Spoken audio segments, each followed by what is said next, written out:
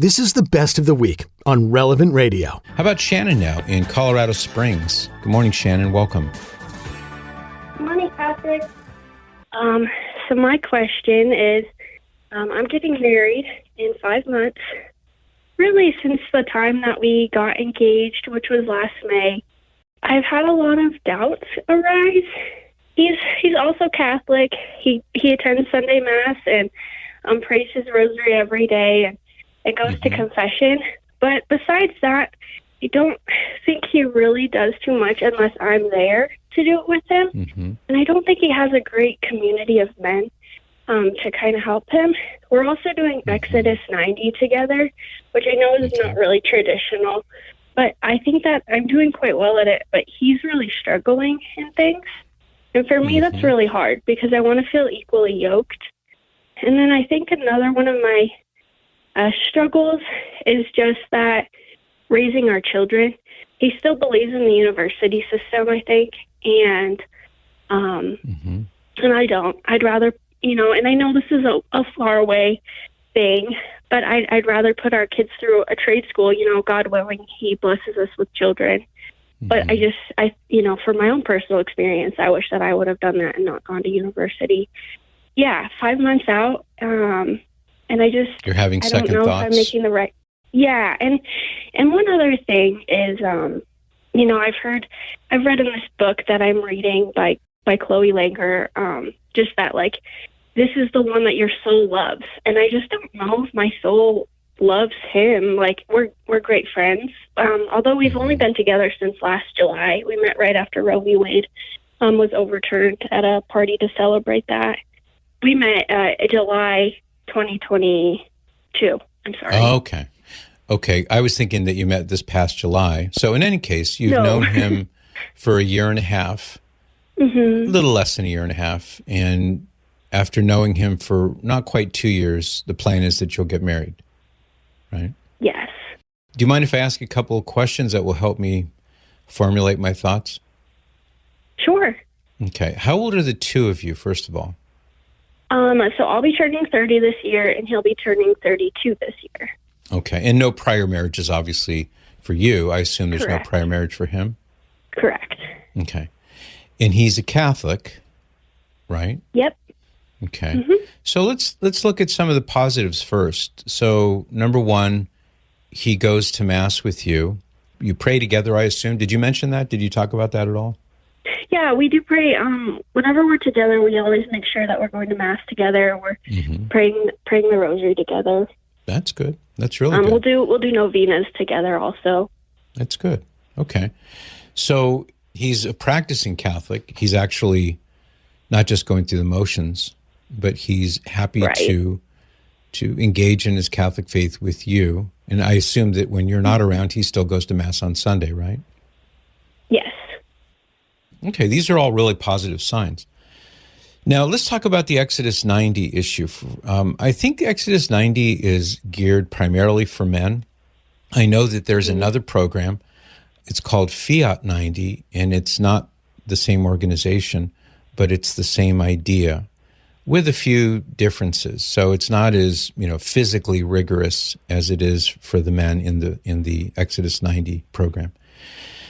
But that's, just keep that in your back pocket, because that could be something in the future that you might want to look at, Fiat 90. And I know some women who are doing it, and although they've just begun it, they do like it, and they think it's very helpful. So it's a novena based on Marian devotion and help you grow in virtue. So just a thought, that's all. So if I had to guess, it sounds like the real issue here is not his practice of the faith or his devotion to you, but that you don't feel tremendous romantic emotion toward him. Would that be the essence of the question that you're asking? Or is it more that the things like he likes the university system and you don't, those are much smaller issues if you ask me. But is the biggest issue in your mind that you don't feel that romantic pull toward him? You're not excited about marriage to him, kind of happy about it, but not super excited about it, or not really feeling a passionate love for him? Would those be ways of describing what you're saying? I'd have to reflect on that. I guess Yeah, I guess when like the marital act comes up, when, talk of it, or just not just between him and I, I don't feel like a great excitement for it. Unfortunately, we didn't start the relationship off on the right foot by engaging in that. Do you mean chastity? Yeah, engaging in chastity. But really, that probably lasted for a little while, and then we came together, and we were really working towards our chastity together. And we've been very successful in it. I guess when it comes up now, it's like I don't really feel so like excited for it. Sometimes I do, but sometimes I don't. Right. I just thought that might be a woman thing. Is that because you now know what that's like with him, and so it seems, I don't know, anticlimactic, or it seems, like I thought it was going to be something really amazing and it really wasn't? Is it something like that? Because this is, by the way, is one of the important reasons why couples should not, be unchaste with each other and fornicate before marriage. This is one of the barriers that can create. Yeah. Yeah. And I mean, I get it though, because I know it gets better in marriage, and that when you're doing it outside of marriage, you're actually, as a woman, your body is going into fight or flight mode. You're not totally open in it. So I know that can change. So you might be right there. I don't know. I'm just offering some thoughts for you to think about. If you could put in one sentence what the main issue is that you find your mind keeps coming back to this issue over and over again, what would that be?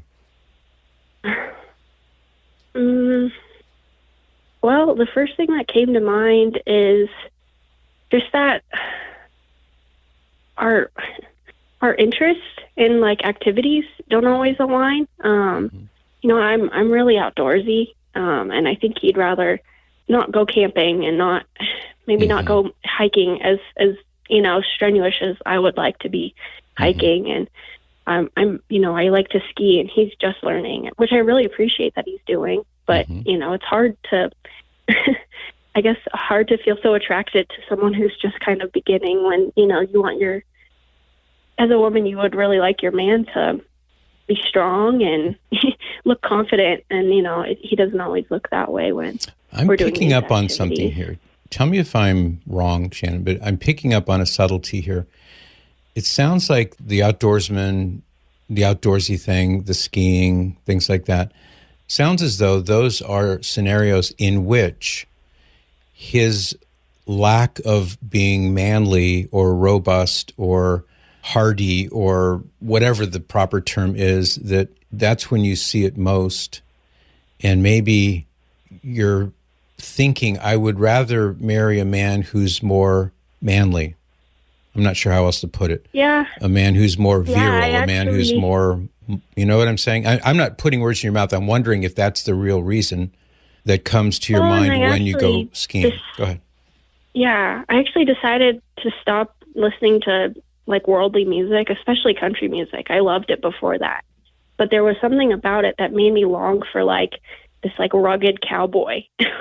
And, I just was like, this just isn't him. Like he loves the city life, and I don't at all. I'm a small town girl.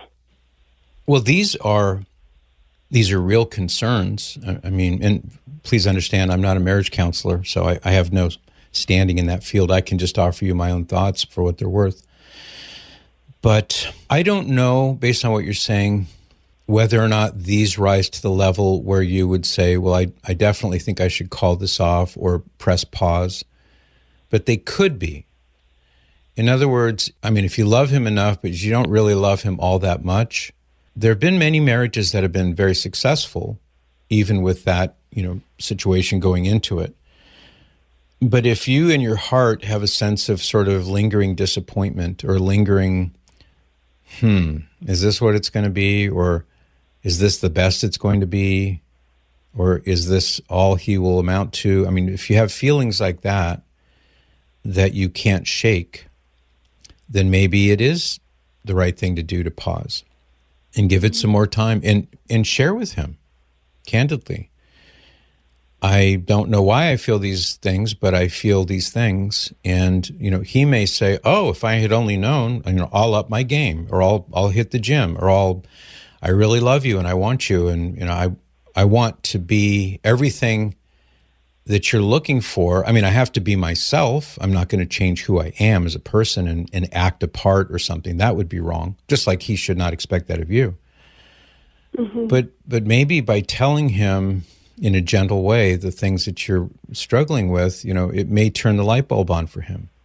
And I think it's only fair to let him know because otherwise, if you were to pull the plug and never really tell him why, that wouldn't be fair to him, Yeah. Well, and I mean, he does go to the gym twice a day. That's impressive. He realizes that, he wants to be very strong. So are you looking for the Marlboro Man, that cowboy with the chiseled square jaw and the 1,000-mile gaze, lighting a cigarette in the middle of a prairie? I'm just thinking about the commercials. Well, maybe a nice farmhand, but yeah. Well, these are subtleties that I probably can't really help with. I mean, those are things that are in your own mind, but I must say, from what you've told me, that there's a lot there that sounds really good and very promising. Mm-hmm. But ultimately, I mean, let me use a different way of approaching it. I'll give you an analogy. You're pursuing marriage, but a woman who is thinking about religious life, and I've known a couple who they're drawn to it and they really have a desire to go into religious life, but when they actually maybe go for a weekend or, a week or something like that, they're very unsettled, they're very unhappy, they don't feel enthusiastic about it. They like the idea of it, but when they actually start to experience what it might be like, they're very unsettled. That's usually a sign that they're not called to religious life. Not always, but usually.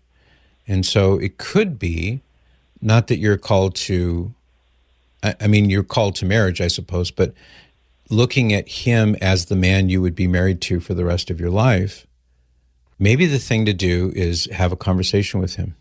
Maybe it's something that can be overcome or changed. Maybe not. Mm-hmm. And maybe this is your way of discovering that although you are drawn to marriage and you're called to marriage, it may not be with him, or it may be with him. And think about this too. He's doing so many things already that are, there are plenty of young Catholic women out there who would kill for a guy like this, figuratively speaking, of course. They would love to find a man who would go to Mass with them and pray the rosary with them and, do Exodus 90. There are a lot of women listening right now saying, lucky.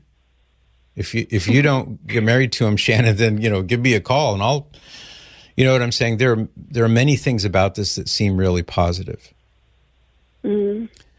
But you have to be, when the time comes to make the commitment, you have to be as certain as you can be that you're ready to commit to him for the rest of your life, warts and all. Mm-hmm. And he has to commit to you with your warts as well. Yeah. And that's the essence of marriage. I'll put it this way. Marriage is wonderful. Nancy and I are just a matter of a couple of weeks away from our 43rd anniversary. So marriage is wonderful. It's stupendous. It's thrilling in so many ways, but it also entails drudgery and frustration and putting up with, usually it's like little things, inconsequential things that he'll do that will drive you crazy. Little personality quirks that you don't really notice until you do. And then when you notice them, sometimes it's all you can see. But that's what marriage is made of, where you commit to each other for better or for worse, as the wedding vows include, and you make it work because you love each other and you're willing to do whatever it takes, even if you find there's some disappointment. And he will disappoint you and you'll disappoint him if you get married. This is just going to happen. It's inevitable. You'll have heights of passion and depths of frustration and everything in between. That's just the nature of marriage. But that's also how people get to heaven, by being married, because, it's an act of love for the other person. And ultimately, that's what it's all about. So if you were my daughter, I would hate it if you were in a loveless, unhappy marriage where you were always frustrated. But at the same time, I would also be sad if you were my daughter and a really good man who would make a really good husband, warts and all, was cast aside because he wasn't quite as rugged or quite as, you know what I mean? I mean, that would be a shame. Mm-hmm. Yeah. I did have a friend that said, you need to break up with the guy that's in your head. That's a good way to put it. My advice would be, why don't you and he set aside some time and just be candid with him and share with him, these thoughts are going through my mind. Maybe it's just a case of the jitters. Maybe I'm just getting cold feet. Sometimes that happens too. But I love you enough. I want to share with you, these are some of my thoughts. What do you think about this? And it's only fair to let him in on this and let him understand, so he's got a fighting chance to fight for you. Mm-hmm. And I'm not saying that he needs to change who he is. That wouldn't be fair. He is who he is.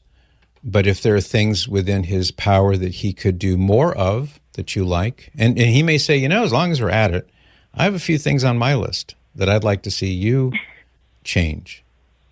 So be prepared. There may be some of that too. But that's not bad. Yeah. Give that a try. Okay. Thank you. You're welcome. Now, Shannon, I'm always here for you. So if in a month or 2 or 3 you want to come back and revisit, I'm happy to do that. Okay. Thanks, Patrick. All right, Shannon. God bless you both. Like what you just heard? Share it with your family and friends. And thanks for listening.